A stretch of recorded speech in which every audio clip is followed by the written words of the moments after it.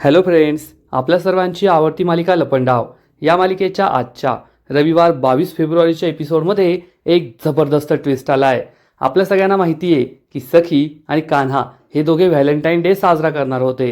सखीने कान्हासाठी एक भारी व्हॅलेंटाईन डेचं गिफ्टसुद्धा मागवलं, पण हे गिफ्ट कान्हाला आवडलं नाही, कारण हे गिफ्ट होतं चक्क बासरी आणि कान्हाच्या लहानपणीच्या खूप कटू आठवणी या बासरीबरोबर जोडल्या गेल्या आहेत. त्यामुळे कान्हाने जेव्हा हे गिफ्ट पाहिलं तेव्हा त्याच्या तळपायाची आग मस्तकात गेली. तो सखीवर खूप ओरडला, तू हे जाणून बुजून केलंय, या बासुरीमुळे मला त्रास होतो, तरी तू मला हे गिफ्ट दिलं कारण तुला मला दुखवायचं होतं. असं म्हणून कान्हाने चक्क सखीसमोरच या बासरीचे 2 तुकडे केले, बासरी तोडून टाकली. त्यामुळे सखी ही ढसाढसा रडली आणि कान्हावर खूप नाराज झाली. कान्हाला त्याची चूक समजली आणि मग कान्हाने सखीची माफी मागितली आहे आणि सखीसाठी त्याने एक खूप सुंदर असं व्हॅलेंटाईन डेचं सरप्राईज दिलंय. संपूर्ण रूम सजवली, सखीच्या आवडीचे गिफ्ट्स तिला दिले आणि मग सखी आणि कान्हाने राधा ही बावरी या गाण्यावर छान रोमॅन्टिक डान्स केलाय. मग हे सगळं घडलं तरी कसं, हे जाणून घेण्यासाठी हा व्हिडिओ शेवटपर्यंत नक्की पहा. फ्रेंड्स, आजच्या एपिसोडच्या सुरुवातीलाच सखी तिच्या रूममध्ये असते आणि विचार करते, कान्हा अजून का आला नाहीये. रात्रीचे 12 वाजत आले पण कान्हा अजून घरी आला नाही. इतका वेळ तर त्याला लागत नाही, तो लवकर घरी येतो. मग काय झालं असेल, तो ट्रॅफिकमध्ये अडकला असेल का, त्याला सरकारने जास्त काम दिलं असेल का, काय प्रॉब्लेम झाला असेल, हाच प्रश्न सखीला पडतो. सखी खूप अस्वस्थ होते आणि मग ती स्वतःलाच म्हणते, सखी थोडं कंट्रोल कर, तू इतकी अस्वस्थ का होतीये. कान्हा ऑफिसलाच गेलाय ना, आता कुठे तो ऑफिसला जायला लागलाय, नवीन नवीन नोकरी आहे, थोडा कामाचा लोड असेल त्यामुळे उशीर झाला असेल, येईल तो, एवढी अस्वस्थ होऊ नकोस. मी ना या गिफ्टचा विचार करते, हे गिफ्ट कान्हाला कसं द्यायचं, कुठे ठेवायचं. आणि तिला आठवतं की कान्हाने जेव्हा मला मकर संक्रांतीला काळ्या रंगाची साडी गिफ्ट दिली होती तेव्हा त्याने ती टॉवेल खाली ठेवली होती. आणि सखी विचार करते, मी सुद्धा असंच करते, टॉवेल खाली हे गिफ्ट ठेवते, म्हणजे कान्हा जेव्हा घरी येईल आणि फ्रेश व्हायला वॉशरूममध्ये जात असेल तेव्हा तो हा टॉवेल घेईल आणि त्याला हे गिफ्ट दिसेल आणि मग मी त्याला हे गिफ्ट देणार. हा विचार करून सखी खूप खुश होते. ती कपाटातून एक टॉवेल काढते आणि तिचं हे व्हॅलेंटाईन डेचं गिफ्ट ती बेडवर ठेवते, त्यावर हा टॉवेल टाकते आणि विचार करते, कान्हाला हे गिफ्ट आवडेल ना. कान्हा हा टॉवेल बाजूला करून गिफ्ट पाहिल ना.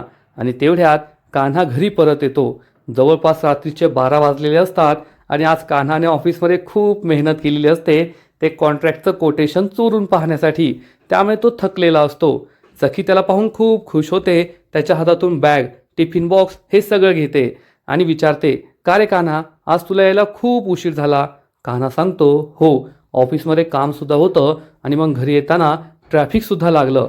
सखी म्हणते, हो रे, आजकाल रात्रीच्या वेळेस खूप ट्रॅफिक असतं, पण जेव्हा तू ड्रायव्हर होता ना तेव्हा तुला कंटाळा येत असेल ना एवढ्या ट्रॅफिकमध्ये गाडी चालवायची, पण बरं झालं आता तू ड्रायव्हर सीटवर नाहीये, मस्त गाडीत मागे बसून येतो. कान्हा हा खूप थकलेला असतो आणि म्हणतो, ठीक आहे, मी फ्रेश होऊन येतो.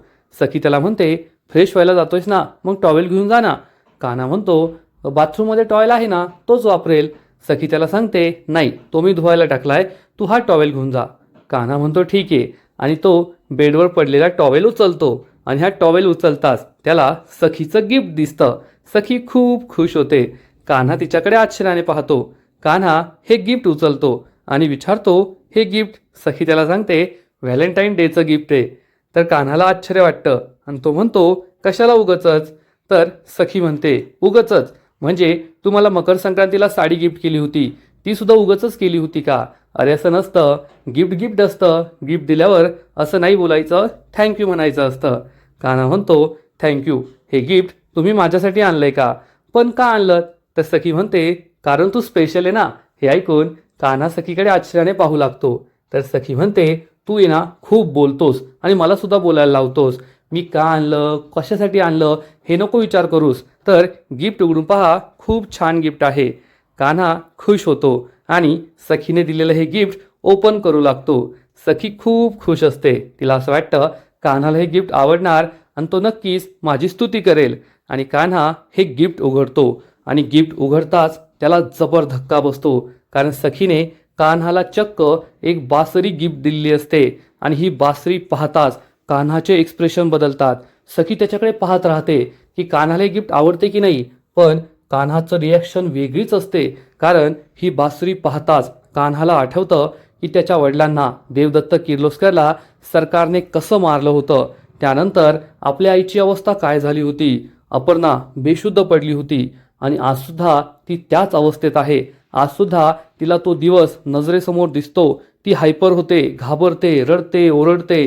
कान्हाने तिच्या हातात ही बासुरी पाहिली होती. हे सगळं त्याला आठवतं. आज घरी येत असताना आपल्याला सिग्नलवर सुद्धा एक बाई दिसली होती. ज्या बाईमध्ये मला माझी आई दिसली आणि ती मला म्हणत होती, ही तीच बासुरी आहे जी तुझ्या वडिलांनी तुला दिली होती, घे ना ही बासुरी.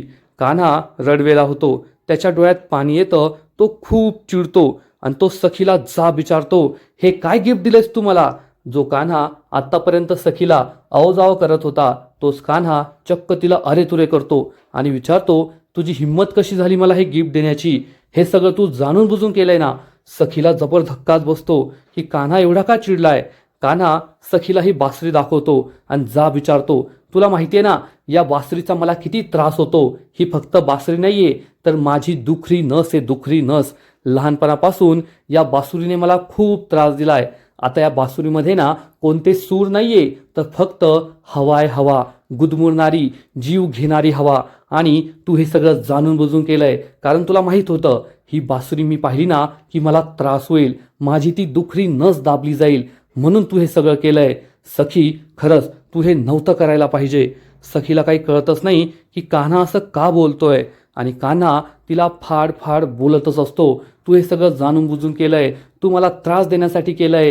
तुला माहीत होतं यामुळे मला त्रास होईल. असं कुणी गिफ्ट देतं का.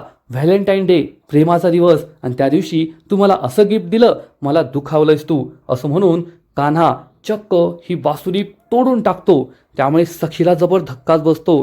कान्हा ही बासुरी जमिनीवर फेकून देतो आणि तो बेडवर बसतो. तो खूप चिडलेला असतो आणि मग सखीच्या अश्रूंचा बाण सुद्धा सुटतो आणि सखी ढसाढसा रडू लागते आणि कान्हाला म्हणते, मला असं वाटलं होतं तू चांगला माणूस असशील, पण तसं नाहीये. तू चांगला माणूस नाहीये. आज माझा एक खूप मोठा गैरसमज दूर केला. ते म्हणतात ना, माणूस जेव्हा शांत असतो तेव्हा तो खरा वागत नाही, तो जेव्हा चिडलेला असतो ना तेव्हा तो खरा वागतो. त्याच्या मनात तुमच्याबद्दल काय आहे, तो माणूस स्वतः कसा आहे ना हे तो रागावल्यावर कळतं. आणि आज मला हे कळलंय की तू किती मोठा खोटारडा आहेस, तू किती वाईट आहे. मी तुला व्हॅलेंटाईन डेचं गिफ्ट दिलं. हे गिफ्ट शोधण्यासाठी मी दिवसभर फिरत होते. किती प्रेमाने मी तुला हे गिफ्ट दिलं आणि तू माझ्याशी असं वागला. माझं गिफ्ट तू फोडून टाकलं, तोडून टाकलं. इतकं काय वाईट गिफ्ट दिलंय मी आणि अशी कोणती दुखरी नस मी दाबलीये. कान्हा सगळं गुपचूप बसून ऐकून घेत असतो. तो काहीच बोलत नाही. सखी त्याला जाब विचारते, कान्हा तू असं का वागलास, तू माझं गिफ्ट का तोडून टाकलं, मी असं काय चुकीचं केलंय, बोल ना. पण कान्हा काहीच बोलत नाही. सखी रडत असते, खूप दुःखी असते. ती कान्हाला जाब विचारते, बोल ना आता तरी काही बोल. आता का गप्प बसलाय, का तू असं वागलास माझ्याशी, का तू माझं गिफ्ट तोडून टाकलं. पण कान्हा काहीच बोलत नाही. सखी खूप दुःखी होते आणि रूममधून बाहेर निघून जाते. तेव्हा कोठे कान्हा हा भानावर येतो. तो या तुटलेल्या बासुरीकडे पाहतो, खाली बसतो, ही बासुरी हातात घेतो आणि रडू लागतो. तो स्वतःलाच म्हणतो, मी बासुरी तोडून टाकली, एवढी मोठी चूक मी कशी केली. सखीला माझ्या भूतकाळाबद्दल काय माहिती आहे, या बासुरीचा मला त्रास होतो हे तिला काय माहिती आहे. तिने तर किती प्रेमाने माझ्यासाठी हे गिफ्ट आणलं होतं आणि मी तिची समोर तिचं हे गिफ्ट तोडून टाकलं. कुणी आपल्यासाठी प्रेमाने गिफ्ट आणतं तर त्याच्याबरोबर असं कधीच करायचं नसतं. एवढी मोठी चूक मी कशी केली. असं म्हणून कान्हा चक्क स्वतःच्याच थोबाडीत 2 चाट ठेवून देतो आणि म्हणतो, मी आज खूप मोठी चूक केली आहे, पण मी तरी काय करणार. या बासुरीबरोबर माझा भूतकाळ जोडला गेला आहे. माझ्या बाबांनी सुद्धा मला अशीच बासुरी गिफ्ट केली होती आणि त्याच बाबांना माझ्यासमोर त्या बाईने मारून टाकलं आणि माझं संपूर्ण बालपण म्हणजे माझं संपूर्ण आयुष्य तिने उद्ध्वस्त केलं. माझ्या आईचं आयुष्य उद्ध्वस्त केलं, माझ्या आजीचं आयुष्य उद्ध्वस्त केलं. लोक स्वतःच्या स्वार्थासाठी काहीही करू शकतात, पण यात बिचाऱ्या सखीची काय चूक आहे. तिला तर काहीच माहीत नाहीये. ती निस्वार्थी आहे, ती खरंच चांगल्या मनाची आहे आणि तिने माझ्या प्रेमासाठी मला हे गिफ्ट दिलं होतं. मी खूप मोठी चूक केली आहे. मला त्यांची माफी मागायला हवी, त्यांना सॉरी म्हणायला हवं, असा विचार कान्हा करतो. कान्हा खूप दुःखी होतो. कान्हाला आठवतं की आपल्या आईच्या हातात अशीच बासुरी असते आणि एक दिवस जेव्हा ती खूप घाबरली होती मी तिच्यासाठी बासुरी वाजवली होती आणि बॅकग्राऊंडमध्ये या बासुरीचे स्वर ऐकू येतात आणि कान्हा खूप दुःखी होतो. आता सखीबरोबर त्याने जे काही केलंय त्याचा त्याला त्रास होत असतो. त्याला खूप वाईट वाटतं. थोड्या वेळाने सखी ही रूममध्ये परत येते. कान्हा तिच्या समोर येतो. सखी थांबते.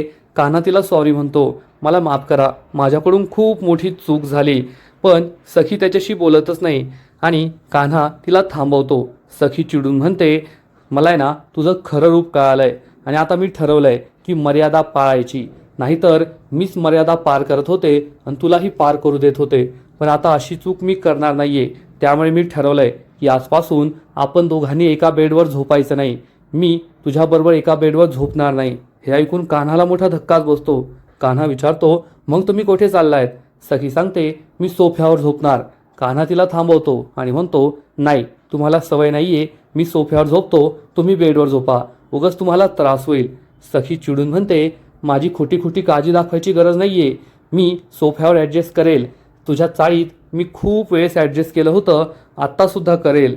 कान्हाचा नाईलाज होतो आणि सखी ही सोफ्यावर झोपते. कान्हा तिच्याकडे दुःखी होऊन पाहू लागतो आणि सखीसुद्धा रडत असते. पण ती कान्हाकडे पाहत नाही. तिने दुसरीकडे तोंड वळवलेलं असतं. कान्हा खूप दुःखी होतो. तो बेडवर जाऊन बसतो.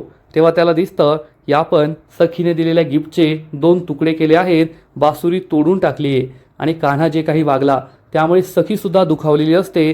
ती रडत असते. बॅकग्राऊंडमध्ये एक खूप सॅड सॉन्ग चालू असतं आणि या दोघांच्या भावना आपल्यापर्यंतसुद्धा पोहोचतात. खरंच सखी निर्मळ मनाची आहे. कान्हाबरोबर काय घडलंय, सरकार काय वागली आहे आणि या बासुरीचं प्रकरण नेमकं काय आहे हे काही सखीला माहीत नाहीये. तिने तर व्हॅलेंटाईन डेचं गिफ्ट म्हणून कान्हाला ही बासुरी दिली होती आणि कान्हा जे काही वागलाय ते खरंच खूप चुकीचं आहे. त्यामुळे सखीही दुखावली गेली आहे आणि आता कान्हाला सुद्धा पश्चाताप होतोय. फ्रेंड्स, हा सीन खरंच खूप भारी आहे आणि तुमच्याही डोळ्यात नकळत पाणी येईल एवढं मात्र नक्की. आणि मग दुसरा दिवस उजाडतो. सखी, कान्हा, परशुराम, मीनाक्षी डायनिंग टेबलवर नाश्ता करण्यासाठी बसलेले असतात. पण तेवढ्यात सखीला ठसका लागतो. कान्हा तिला प्यायला पाणी देतो आणि म्हणतो, सखी मॅडम पाणी प्या, वर पहा. पण सखी त्याचं काही ऐकतच नाही. कारण सखीला कान्हाचा राग आलेला असतो. तिने कान्हाशी अबोला धरलेला असतो. त्यामुळे कान्हाच्या हातून पाणीही प्यायचं नाही आणि त्याचं काही ऐकायचं नाही असं तिने ठरवलेलं असतं. कान्हा तिला म्हणत असतो, सखी मॅडम पाणी प्या ना, वर पहा, तुम्हाला बरं वाटेल. पण सखी त्याचं काहीच ऐकत नाही. मीनाक्षी हे सगळं पाहत असते. कान्हा चिडून म्हणतो, ओ काकू, या ना लवकर, त्यांना मदत करा. मीनाक्षी जागेवरून उठते. सखीजवळ येते. सखीला पाणी प्यायला देते. सखी मीनाक्षीचं ऐकते, पाणी पिते. तेव्हा कुठे तिला बरं वाटतं. सखी तिला थँक्यू म्हणते आणि म्हणते, काकू तुम्ही जाऊन बसा. आणि मग कान्हाला वाईट वाटतं की मी सुद्धा सखीला हेच म्हणत होतो ना, पण सखीने माझं काही ऐकलं नाही. माझ्या हातून पाणीही पिलं नाही आणि वरही पाहिलं नाही. तो सखीच्या बाजूला जाऊन बसतो. तर मीनाक्षी सखी आणि कान्हाला विचारते, आज काय तुमचा लग्नानंतरचा पहिला व्हॅलेंटाईन डे, मस्त प्लॅनिंग केलं असेल तुम्ही काहीतरी. सखी आणि कान्हा काहीच बोलत नाही. तर लगेचच परशुराम म्हणतो, काय मीनाक्षी काय बोलतेस? हा चाळीत राहणारा कान्हा, ज्याचा जन्म चाळीत झालाय, अख्खं आयुष्य चाळीत गेलंय, त्याला काय माहीत व्हॅलेंटाईन डे आणि व्हॅलेंटाईन डे कसा साजरा करायचा हे तरी त्याला कुठे माहीत असेल का? व्हॅलेंटाईन डे साजरा करायला ना स्टेटस लागतं, स्टेटस. आपल्या सखीकडे ते नक्की आहे, पण या कान्हाची तेवढी लायकी नाहीये. हे ऐकून कान्हाला खूप राग येतो. सखीसुद्धा दुःखी होते की परशुराम कान्हाचा अपमान करतोय. आणि तेवढ्यात सरकार तेथे येते. सगळे उभे राहतात आणि मग नाश्ता करायला बसतात. तेव्हा सरकार ही परशुरामला विचारते, काय रे परशु, तुझं अर्ध आयुष्य या डायनिंग टेबलवर खाण्यात आणि अर्ध आयुष्य हो सरकार, नो सरकार, हा सरकार, जी सरकार असं करण्यातच गेलंय. त्यामुळे परशुरामचा खूप अपमान होतो. मीनाक्षीलाही राग येतो. तर कान्हा मात्र हसू लागतो आणि परशुराम म्हणतो, नाही सरकार, मी काम करतोय ना. सरकार म्हणते, कसलं काम करतोय? काम करण्याचा फक्त दिखावा करतोय. आज गव्हर्नमेंट कॉन्ट्रॅक्ट ओपन होणार आहे, त्यासाठी आपल्याला जायचंय ना, त्याची काय तयारी केली आहे तू? तर परशुराम सांगतो, सरकार सगळी तयारी केली आहे, तुम्ही काळजी करू नका, आपल्याला ते कॉन्ट्रॅक्ट नक्की मिळेल. मी तर म्हणतो आपण या कान्हाला सुद्धा आपल्या बरोबर घेऊन जाऊया, त्याचा आपल्याला फायदाच होईल. आणि हे ऐकताच कान्हा मात्र खोकल्याचं नाटक करतो की सरकार थांबा, माझी तब्येत बरी नाहीये, मी आज नाही आलं तर चालेल का? सरकार विचार करू लागते. तर परशुराम म्हणतो, नाही नाही सरकार, याला घरी नका राहू देऊ, याला आपल्या बरोबर घेऊन चला, तो आपल्या कामाला येईल. परशुराम म्हणतो की तो खूप कामाचा आहे. तर लगेचच कान्हा म्हणतो, ओ काका, मी कामाचाच आहे, पण मला नाही जमणार, मला खूप त्रास होतोय, मी जागेवरून उठू शकत नाही, तर ऑफिसला कसा येणार, तुमच्याबरोबर कसा येणार. आणि या दोघांमध्येच बाचाबाची सुरू होते. परशुराम म्हणतो, तुला यावं लागेल, मी तुझा बॉस आहे. तर कान्हा म्हणतो, मला नाही जमणार, माझी तब्येतच ठीक नाहीये, तर मी कसा येईल. या दोघांमध्ये भांडण सुरू होतं. सरकार जोरात ओरडते, शट अप, अजून मी आहे ना इथे, जिवंत आहे ना, मग तुम्ही दोघे कसं काय एवढं बाचाबाची करताय. आणि ती कान्हाला ठणकावून सांगते, तू ये ना तुझ्या लायकीत राहायचं, माझ्या घरात माझ्या जीवावर जगतोय तू, जास्त बडबड नाही करायची, तोंड कमी उघडायचं, आत्ता कोठे अंड्यातून बाहेर आलाय त्यामुळे लायकीत राहायचं. आणि कान्हा गप्प बसल्याचं नाटक करतो. परशुराम चांगलाच खुश होतो. सरकार कान्हाला ठणकावून सांगते, तू आमच्याबरोबर गव्हर्नमेंट ऑफिसमध्ये यायचंय, आणि ती तेथून निघून जाते. त्यामुळे कान्हा खूप चिडतो. तर परशुराम त्याला डोळे दाखवतो. कान्हा जाऊ लागतो. परशुराम विचारतो, कुठे चाललास. कान्हा म्हणतो, आता कपडे तर बदलून येतो ना, की याच कपड्यात येऊ. आणि तो तेथून निघून जातो. पण सखीला मात्र हे आवडत नाही. सखी ही वेगळ्याच विचारत असते. कान्हा काल कसा वागलाय, तिला या कॉन्ट्रॅक्ट वगैरे काही देणं घेणं नाहीये. तिला फक्त काल कान्हा माझ्याशी वाईट वागला, त्याने माझं गिफ्ट मोडून टाकलं म्हणून राग आलेला असतो, आणि तिच्या तोंडावर वेगळेच एक्सप्रेशन असतात. मीनाक्षीलाही काही नसतं, ती सुद्धा खाऊन पिऊन मजेत असते. आणि मग थोड्या वेळानंतर कान्हा, सरकार आणि परशुराम हे तिघेही गव्हर्नमेंट ऑफिसमध्ये पोहोचतात. तेव्हा परशुराम सरकारला विचारतो, सरकार प्लॅन काय. तर कान्हा म्हणतो, काय परशुराम सर, काय विचारताय तुम्ही, प्लॅन काय. प्लॅन काय, आता इथे गव्हर्नमेंट ऑफिसमध्ये आलोय, तर गव्हर्नमेंट ऑफिसमध्ये कॉन्ट्रॅक्ट मिळवायचाच प्लॅन असेल ना, की लंचला आलोय, लंच करायचा काय प्लॅन, डिनर करायचा काय प्लॅन. हे ऐकून परशुराम खूप चिडतो. सरकार तेथून जाऊ लागते. तेवढ्यात एक काळ्या रंगाची गाडी सरकार समोर जोरात येऊन ब्रेक दाबते. सरकार चांगलीच घाबरते आणि ओरडून म्हणते, ए डोळे फुटले का तुझे, नीट गाडी चालवता येत नाही का. आणि त्याच वेळेस गाडीतून चक्क कान्हा म्हणजेच कबीरची आजी राजलक्ष्मी किर्लोस्कर उतरते. तिच्याबरोबर तिचा बॉडीगार्ड सुद्धा असतो. आणि सरकार आणि राजलक्ष्मी एकमेकींकडे पाहू लागतात. तेव्हा कान्हा या दोघींकडे पाहत असतो. आणि सरकारला आठवतं की ही तीच म्हातारी आहे जिच्या घरी मी गेले होते दाभडे मावशीच्या हॉस्पिटलचं बिल कुणी भरलं याची माहिती काढण्यासाठी. आणि तिला सगळ्या गोष्टी आठवतात की जेव्हा माझी या राजलक्ष्मीबरोबर भेट झाली होती, राजलक्ष्मीने माझा किती अपमान केला होता, माझ्याशी उद्धटपणे बोलली होती, आणि हे सगळं तिला आठवत असतं. तेव्हा राजलक्ष्मी ही सरकारला म्हणते, कसं आहे ना, माझ्या ड्रायव्हरला सुद्धा माझ्या कंपनीच्या वेगाची सवय झाली आहे. माझ्या कंपनीला वेगाने काम करायला आवडतं, नवीन नवीन गोष्टी घ्यायला आवडतात, जिंकायला आवडतं, वेगाने काम करायला आवडतं. आणि शेवटी वाईटच सवय, कोणतीही वाईट सवय ही असतेच विजयाची किंवा मग वेगाने काम करायची. सरकार खूप चिडते आणि उत्तर देते, वाईट सवयीचं व्यसन लागायला वेळ लागत नाही. तर लगेचच राजलक्ष्मी म्हणते, हो खरं आहे तुमचं, पण माझ्या कंपनीला ना जिंकण्याचं व्यसन लागलंय, आता मी काहीच करू शकत नाही. तुम्ही येथे कशा, तुम्ही सुद्धा इथे कॉन्ट्रॅक्टसाठीच आला आहात का, तुम्ही या शर्यतीत उतरलाय का. तर सरकार एकदम कॉन्फिडन्समध्ये बोलते, मी कामत आहे कामत, तेजस्विनी कामत, आणि ज्या दिवशी मी शर्यतीत उतरते ना त्याच दिवशी शर्यत संपलेली असते आणि मी जिंकलेली असते, हे तुम्ही लक्षात ठेवा. आणि राजलक्ष्मी तिच्याकडे पाहतच राहते. कान्हा खूप घाबरतो की आता हे दोन तोपखाने एकमेकांसमोर आले आहेत म्हणजे मोठे धमाके होणार, एवढं मात्र नक्की. या दोघीही एकमेकींना चांगल्याच डोळे दाखवतात.